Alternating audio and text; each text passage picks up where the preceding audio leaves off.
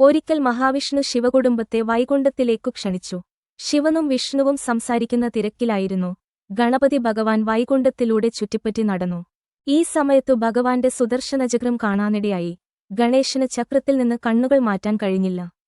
അത് വട്ടമിട്ടു പറന്നുകൊണ്ടിരുന്നു, സൂര്യപ്രകാശത്തിൽ തിളങ്ങുന്നുണ്ടായിരുന്നു. അപ്പോൾ കുഞ്ഞു ഗണേശന്റെ കണ്ണുകളിൽ ഒരു കുസൃതി മിന്നൽ പിണർ പ്രത്യക്ഷപ്പെട്ടു. ഉണ്ണിഗണപതി ചക്രായുധം എടുത്തു കളിക്കാൻ ആരംഭിച്ചു. ഒടുവിൽ മടുത്തപ്പോൾ അത് വളരെ രുചികരമായിരിക്കുമെന്ന് കരുതി വായിൽ വെച്ചു വിഴുങ്ങി.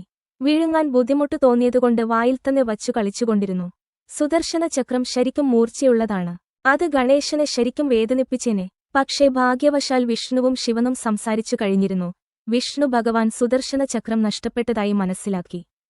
ചക്രായുധം തിരഞ്ഞ വിഷ്ണുവിന് വാപൂട്ടി കള്ളതരത്തിൽ നിൽക്കുന്ന ഗണപതിയെ കണ്ടപ്പോൾ കാര്യം മനസ്സിലായി. ഭയപ്പെടുത്തിയാല് പേടിച്ചു വിഴുങ്ങിയാലോ എന്നു കരുതി വിഷ്ണു ഗണേശന്റെ അടുത്തേക്ക് വരുമ്പോൾ വിഷ്ണുവിന് ഒരു പദ്ധതി ഉണ്ടായിരുന്നു. അതിശയകരമായ ഒരു രസകരമായ പദ്ധതി. ഗണേശനെ ചിരിപ്പിക്കാൻ വിഷ്ണു തീരുമാനിച്ചു. അപ്പോൾ സുദർശന ചക്രവും പുറത്തുവരുമെന്ന് പ്രതീക്ഷിച്ചു. വിഷ്ണു തമാശയുള്ള മുഖങ്ങൾ പരീക്ഷിച്ചു. ഉറക്കം തൂങ്ങിയ കൊച്ചു ഗണേശൻ പുഞ്ചിരിച്ചു. അപ്പോൾ വിഷ്ണു കൈകൾ കൂട്ടിപ്പിടിച്ച് ചെവികളിൽ പിടിച്ചു.